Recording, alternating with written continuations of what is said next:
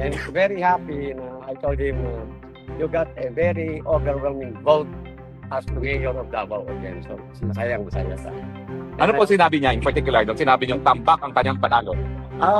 Ako ang nagsalita sa kanya. Sabi ko, grabe yung outcome. Yung number of votes mo kaysa yung sa Mayor. At saka, ang Vice Mayor Pastered, including si Congressman Pulong, and yung anak niya si Omar, also won the congressional seat, 2nd District. And of course, Congressman Unga, buwan sa 3rd District. Ano pong sinabi niya? Yung sinabi niyong overwhelming ng victory? Nakasmile. Nakasmile. Ngayon, yung ano po, yung 5 na pumasok na inendorso natin para senador, ano pong sabi niya?